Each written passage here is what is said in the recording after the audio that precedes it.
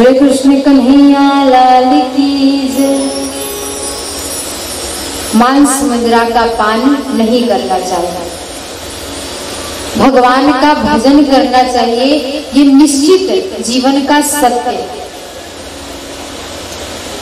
जीवन का सत्य। आपको एक बात बताऊं, आपका साथ कौन निभाएगा ये समय आने पर ही पता चलता है, लेकिन कौन सबसे ज्यादा अपने हैं ये बुरे वक्त में सबसे ज्यादा पता चलता है।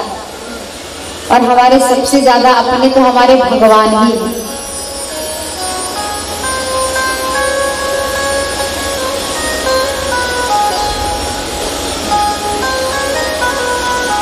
क्योंकि कौन कब तक साथ निभाएगा। आज हम सोच लेते हैं कि हमारे बेटे हमारा साथ निभाएंगे, लेकिन वो भी समय आने पर छोड़ के चले जाते हैं, किसी का भरोसा नहीं। आज हम केवल घमंड करते हैं, अभिमान करते हैं, ये मेरा है, ये मेरा है, ये मेरा है, और मेरा मेरा कहते चले जाते हैं।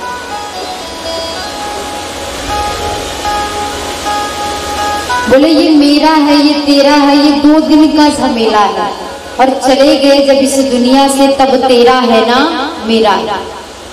जब तक जी रहे हैं तभी तक ये तेरी बेटी, ये मेरी बेटी, ये मेरा बेटा, ये तेरा बेटा, ये चलता रहेगा।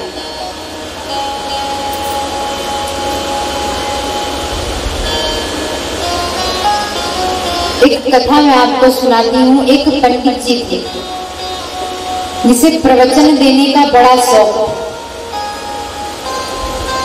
तो एक दिन पड़ोस में पड़ोसी की माँ खत्म हो गई, मर गई। तो पंडित जी गए और जा करके गीता का उपदेश देने लगे। आप बताओ, आपके घर में कोई गुजर जाएगा तो क्या आप किसी का उपदेश सुनेंगे? नहीं सुनेंगे। आप तो दुखी रहेंगे कि मेरे घर का कोई सदस्य चला गया है। लेकिन पंडित जी गए और जाकर के उपदेश देने लगे कि नैनम छिन्दन्ति शास्त्राणि नैनम दहति पावकः ना क्लेदनते आपो ना सो। आत्मा तो कभी नहीं मरती, कभी नहीं कटती, रो क्यों रहे हो? तो उस व्यक्ति ने कहा कि भैया ये मेरी माँ मरी है, तो रोना कैसे नहीं आएगा? बोले ये मेरी माँ, ये कुछ नहीं होता है, इन सबको छोड़ो, ये सब कुछ भी नहीं होता है। बहुत उपदेश दिया पंडित जी ने और उपदेश देकर के चले गए। अब जिसकी माँ मरी थी वो तो दुखी होगा ही। और आपको बताऊं, एक दिन पंडित जी के घर से जोर जोर से आवाज आने लगी रोने की। अब पंडित जी स्वयं एक दिन उपदेश दे रहे थे अपने पड़ोसी को, और एक दिन उन्हीं के घर से रोने की आवाज आने लगी। तब वही व्यक्ति गया जिसकी माँ चली गई, गुजर गई। जैसे गया तो पंडित जी को रोता हुआ देखा, तो पंडित जी से पूछा कि पंडित जी आप रो क्यों रहे हैं? तो पंडित जी ने कहा कि अरे भाई क्या बताऊं, मेरी लाली खत्म हो गई है। अब आपको पता वो लाली कौन थी? भैंसी। पंडित जी ने कहा कि मेरी लाली खत्म हो गई है। तो उस व्यक्ति ने कहा कि पंडित जी अभी कल तो बहुत उपदेश दे रहे थे कि आत्मा ना कभी जलती है, न मरती है, न कटती है, आज आप स्वयं रो रहे हैं। तो पंडित जी ने एक बात कही, क्या कि भैया वो तेरी थी, मेरी थोड़ी ना थी। आज मेरी लाली मरी है इसलिए मैं रो रहा हूँ। उस व्यक्ति ने कहा ये तेरी और मेरी ही तो है जो जीने नहीं देती। इसलिए जब तेरा और मेरा खत्म हो जाएगा तब हमें समझ में आएगा। क्योंकि आज सारी दुनिया नाच रही है, कोई माया में नाच रहा है और कोई माया पति के साथ नाच रहा है। हरे कृष्ण कन्हैया लाल की जय, बांके बिहारी लाल की जय।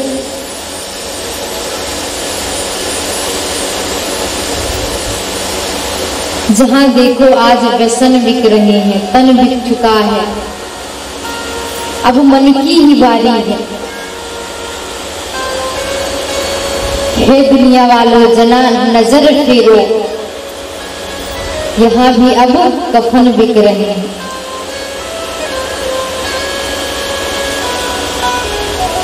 बोले कृष्ण कन्हैया लाल की। उतना कष्ट कभी भी नहीं होता है। बोले वहां क्या कष्ट?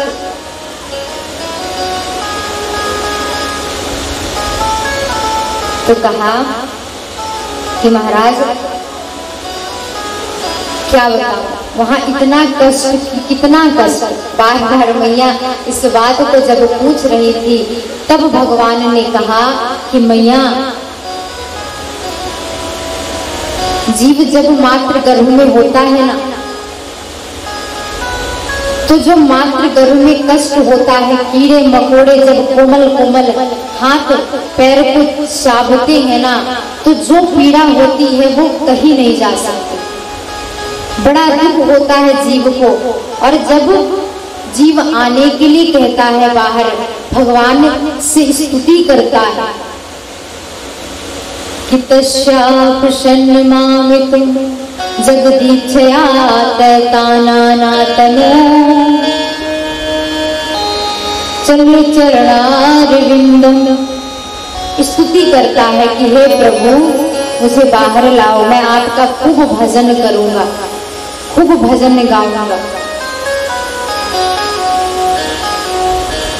तस्योपसन्न मामितुम जगदीच्छया तत्तनानातनो भूर्वी चरणारविंदम। स्तवन करता है बार बार कि हे प्रभु मुझे बाहर लाओ, बाहर आकर के मैं आपका खूब भजन करूंगा, खूब भजन गाऊंगा।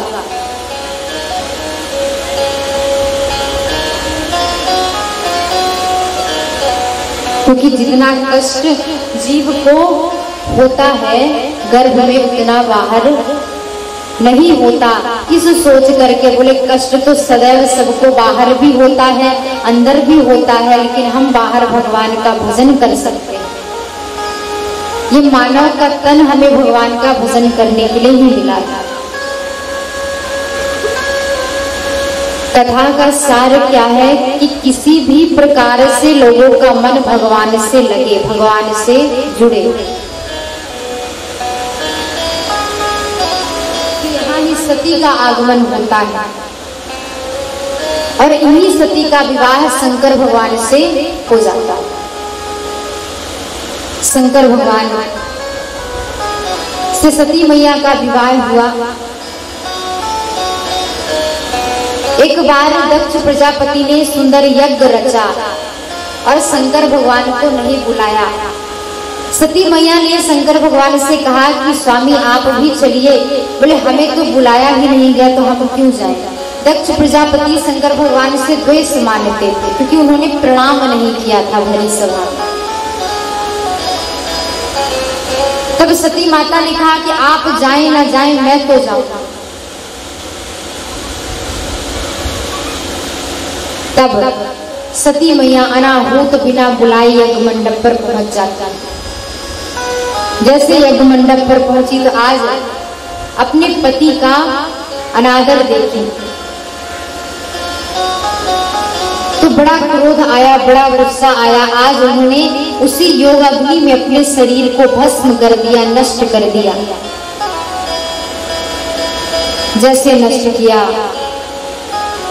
तो वर्णन आता है कि शंकर के गणों ने उस यज्ञ को विध्वंस करना चाहा।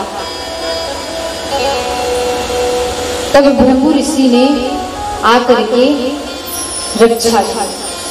अब ये बात शंकर भगवान को पता चली कि सती मैया ने अपने देह का परित्याग कर दिया है, तो वो भी इतने क्रोध में आए कि अपनी जटा को उखाड़ करके फेंक दिया। और जैसे फेंका तो उसमें से वीरभद्र नाम का वीर उत्पन्न होता है जो जाकर के यज्ञ को विध्वंस करता है। दक्ष प्रजापति के सर को काट दिया जाता है।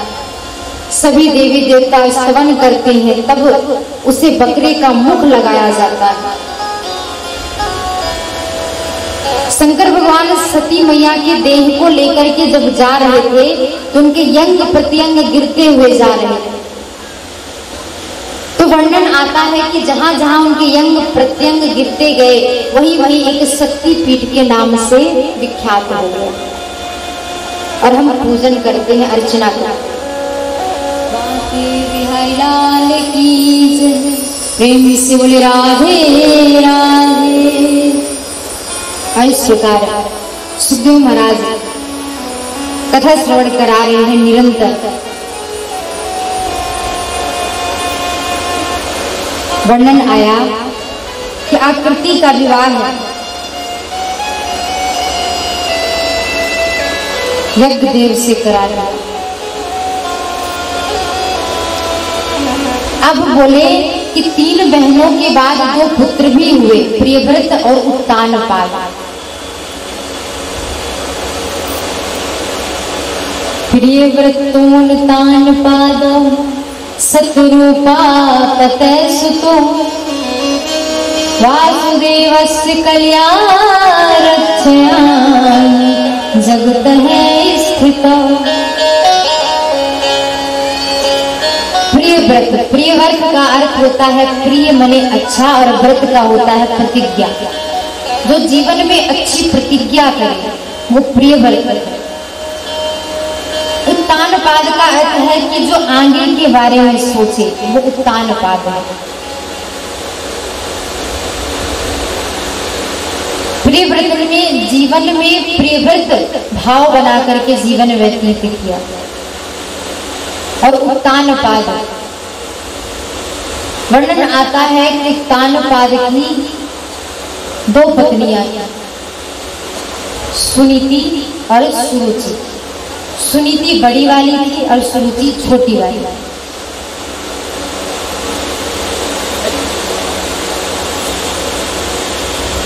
ग्रहम ग्रह मिथ्या ग्रहणी ग्रह मुच्यते। कहा कि जिस घर में नारी का सम्मान होता है उस घर में लक्ष्मी वास करती है। जिस घर में घर की स्त्रियों का सम्मान होता है उस घर में लक्ष्मी वास करती है। घर की लक्ष्मी आपका कभी बुरा नहीं चाह सकती, वो हमेशा चाहेगी कि आप फलो फूलो और हमेशा आगे बढ़ो। इसलिए हर घर की स्त्री का सम्मान होना चाहिए।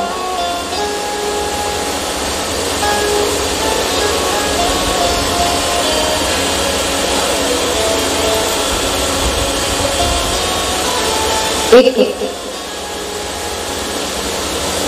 बात मैं आपको बताऊं, एक पति पत्नी की लड़ाई हो गई। जब लड़ाई हुई तो दोनों ने बोलना बंद कर दिया, बातचीत बंद कर दी। बातचीत जैसे बंद की तो पत्नी ने भी कह दिया कि मैं भी आपसे बात नहीं करूंगी। पति ने भी कह दिया मत कर, मैं भी तेरे से बात नहीं करूंगा। अब एक दूसरे से बात करना बंद कर दिया। अब एक दिन पति को कहीं दूर जाना था। ट्रेन थी सुबह 6 बजे। पति बोला मन में कि पत्नी से तो बोलता ही नहीं है, अब कैसे बोलूं कि मुझे मन में बोला दी तो अब जैसे ही 4 बजा, क्योंकि 4 बजे तो उठाना था पत्नी को, तो जैसे 4 बजे तो उस पत्नी ने भी एक कागज में लिख दिया कि 4 बज गए हैं, अब उठ जाओ। अब वो भी कागज में लिख करके उसके तकिए के नीचे डाल देते। अब सुबह के 7 बज गए, पति उठा, देखा कि 7 बज गए हैं तो बड़ा गुस्सा आया। इसको मैंने बोला था कि मुझे 4 बजे उठा देना, तब भी नहीं उठाई।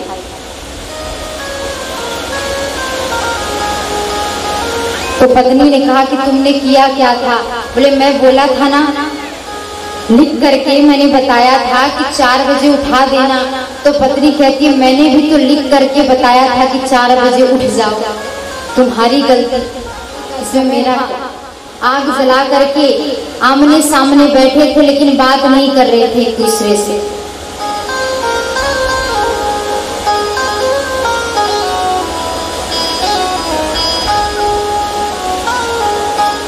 अब जैसे आमने सामने करके बैठे थे, बात नहीं कर रहे थे, दोनों आग ताप रहे थे।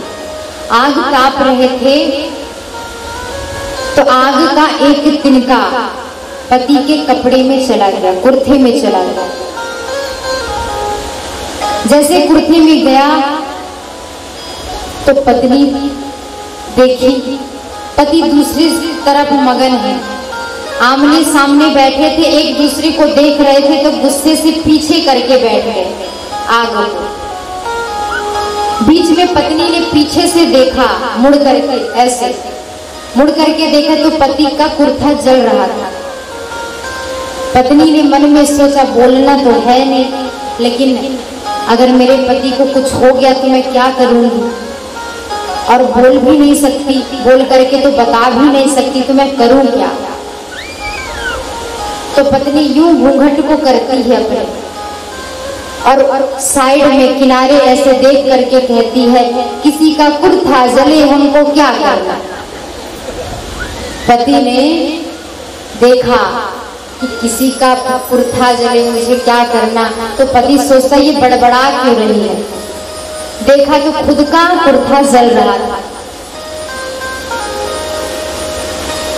तब बड़े प्रेम से पति ने पत्नी को देखा और कहा कि भले हमारी लड़ाई हुई थी लेकिन मेरी पत्नी इतनी अच्छी है कि मुझे इसने जलने से बचा लिया।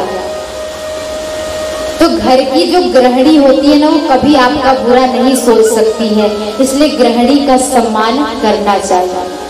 होने वाला था, उसका नाम उत्तम। एक दिन सुदूर वन में भ्रमण करने के लिए जाते हैं उत्तानपाद।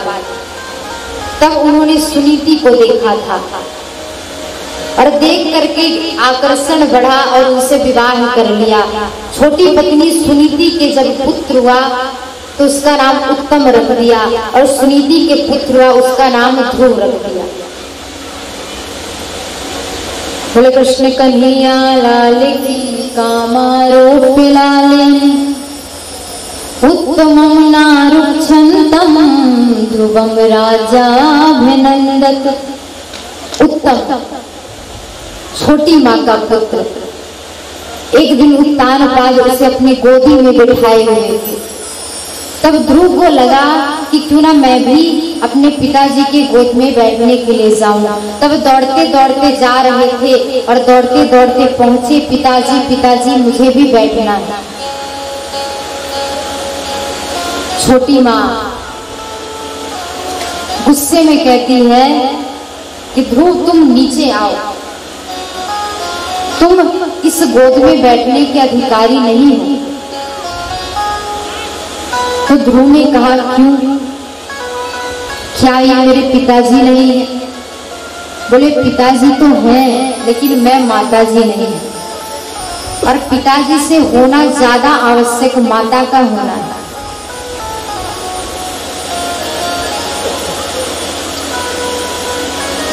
और तुम्हें बता दूं ध्रुव कि अगर तुम्हें इस गोद में बैठना है तो तुम जाकर के तपस्या करो और भगवान से बोलो कि मुझे छोटी माँ सुरुचि के गर्भ में लाया जाए, तब जाकर के तुम इस गोद में बैठने के अधिकारी हो सकते।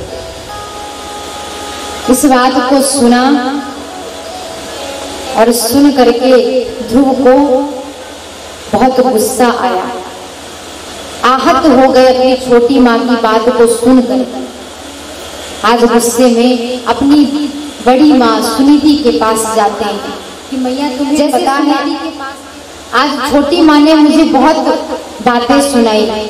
आज मैं पिताजी के गोद में बैठने के लिए जा रहा था, लेकिन डांट करके मैया ने छोटी मैया ने मुझे भगा दिया। बोले अगर तू इस गोद में बैठना चाहता है तो तू जा पहले तपस्या कर। अब देखो मैया, गोद में बैठने के लिए मैं तपस्या करने जाऊं वन में?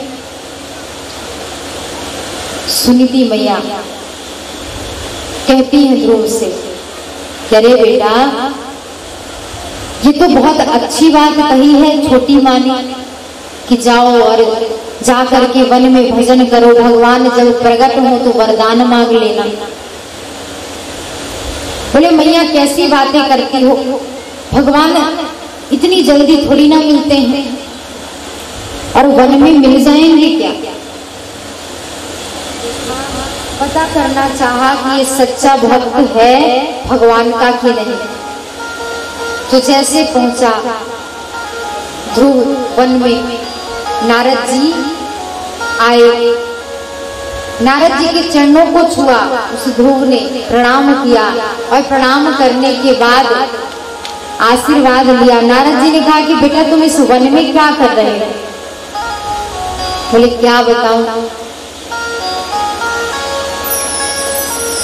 मेरी मैया ने कहा है कि इस वन में भगवान मिल जाएंगे, इसलिए मैं इस वन में भगवान को ढूंढने के लिए आया। इस बात को सुन करके नारद जी ने परीक्षा लेना प्रारंभ किया। बोला कि अरे बेटा कैसी बातें करते हो, वन में कभी भगवान मिलेंगे? वन में तो शेर, चीता, भालू यही सब मिलते हैं, वन में भगवान नहीं मिलते। तो कहा मेरी मैया ने तो कहा है कि भगवान मिलेंगे। नारद जी ने कहा बेटा एक बात बताओ, तुम भोजन कितनी बार करते हो? तो कहा कि भोजन हम 5 बार करते हैं, वो भी अपनी मैया के हाथ से करते हैं। बोले कृष्ण कन्हैया लाल की। प्रभु पग पग धूलि संभाले, प्रभु पग पग धूलि संभाले।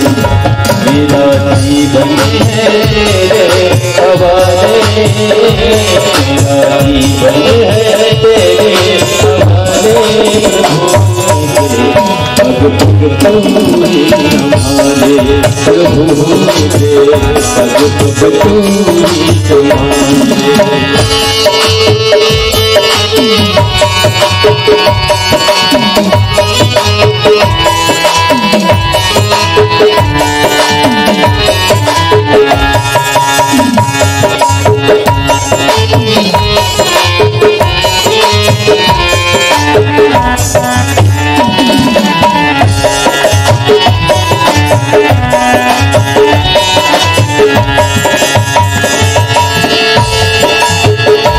जीवन हरि तुमसे पाया, जीवन हरि तुमसे पाया। सब तेरे हैं कोई ना पराया, सब तेरे हैं कोई ना पराया। ये जीवन हरि तुमसे पाया, जीवन हरि तुमसे पाया। सब तेरे हैं कोई ना पराया, सब तेरे हैं कोई ना पराया। आखिर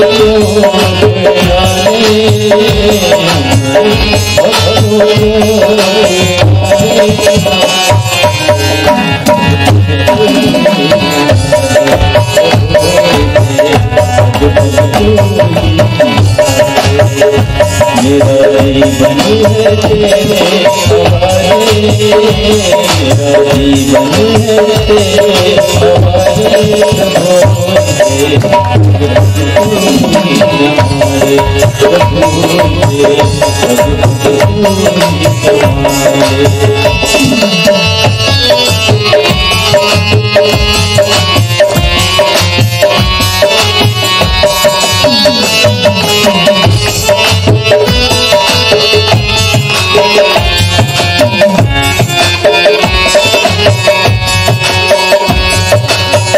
मोहमाया के बंधन तोड़ो, माया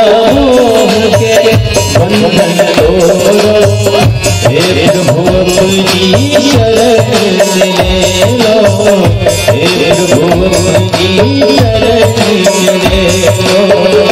माया मोह के बंधन तोड़ो, माया मोह के बंधन तोड़ो, एक भुवन की शरण ले लो, एक भुवन की शरण ले लो। अपनाने वो मुरली मारे, अपनाने वो मुरली मारे,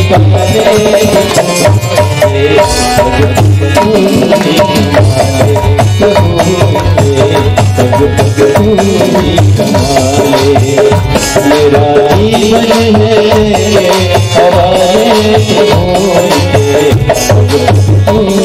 संभाले प्रभु के, संभाले प्रभु के, संभाले प्रभु के, पग पग तू ही संभाले। मेरी मैया कहती है कि जब दांत नहीं था तब भगवान ने दूध की व्यवस्था की, अब दांत हैं तो भोजन की व्यवस्था भी वही करेगा। पर महाराज आप नारद जी नहीं हो सकते, क्योंकि अगर आप नारद जी रहते तो मुझसे ऐसी बातें नहीं करते। नारद जी के नेत्र सजल हो गए, बोले क्षमा करना बेटा, मैं तो तुम्हारी परीक्षा ले रहा था कि तुम सच्चे भक्त हो कि नहीं, और तुम मेरी परीक्षा में पास हो गए। तुमने सारी सीढ़ी पार कर दी, तुम एक उच्च भक्त हो। ध्रुव महाराज को आज नारद जी ने कहा कि बेटा अपने मन को अपने काबू में करना, जिह्वा को अपने काबू में करना, और मंत्र दे दिया ओम नमो भगवते वासुदेवाय। इस मंत्र का जाप करना, तुम्हें भगवान मिल जाए। ध्रुव ने यमुना में स्नान किया, आचमन किया और भजन करने के लिए बैठ गए।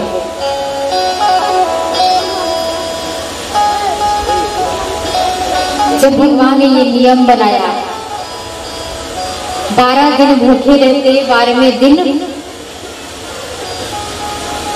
कुछ रूखा सूखा खा लेते, पी लेते, और जब 5वां महीना आया तब उन्होंने अपने श्वास को ही रोक दिया, अपने श्वासों को अवरुद्ध कर दिया। पूरे सृष्टि में सन्नाटा छा गया, और तभी भगवान का प्रागट्य होता है। बोले नारायण भगवान की जय। आज ध्रुव महाराज के मध्य भगवान का प्रागट्य। ध्रुव महाराज कुछ बोलना चाहते हैं लेकिन बोलने में असमर्थ हैं। तब भगवान ने शंख को ध्रुव जी के गाल पे लगाया और ध्रुव जी बोलने लगे कि भगवान बहुत कृपा की, आपने दर्शन दिया। जिस इच्छा के लिए उन्होंने तपस्या की थी, यज्ञ किया था, यहाँ तक कि वर्णन आता है कि भगवान ने ध्रुव लोक भी ध्रुव जी को दे दिया था। अंतिम समय जब जाने लगे तो मृत्यु आ गई। अंतिम समय भजन कर रहे थे, भजन करते करते जाने का वक्त आया, समय आया, भगवान के पार्षद भी आ गए और मृत्यु देवी भी आ गई। मृत्यु देवी ने कहा महाराज इस दुनिया में, इस धरा में जो भी आता है उसे मर करके मेरे साथ जाना पड़ता है, आपको भी जाना पड़ेगा। ध्रुव महाराज ने कहा कि भगवान देवी आपसे विनती है, आप ले जा रही हैं अच्छी बात है। मृत्यु देवी ने अपना सिर नीचे किया कि आप चरणों को रखें, तब मैं आपको लेकर के चलती। भगवान को पाया संत की कृपा से। क्योंकि संत की कृपा बहुत बड़ी होती है। ये मैंने कल भी बताया था कि संत कृपा भगवान की कृपा से भी बड़ी है, क्योंकि अगर संत मिल गए तो भगवान मिलेंगे ही मिलेंगे, ये पक्की बात है।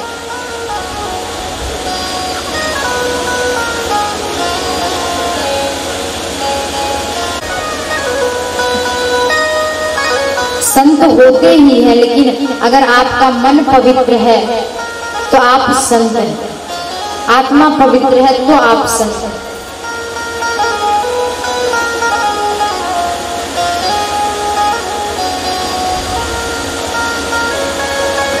इसलिए कहा है कि संतन के संग लाग रे तेरी अच्छी बने।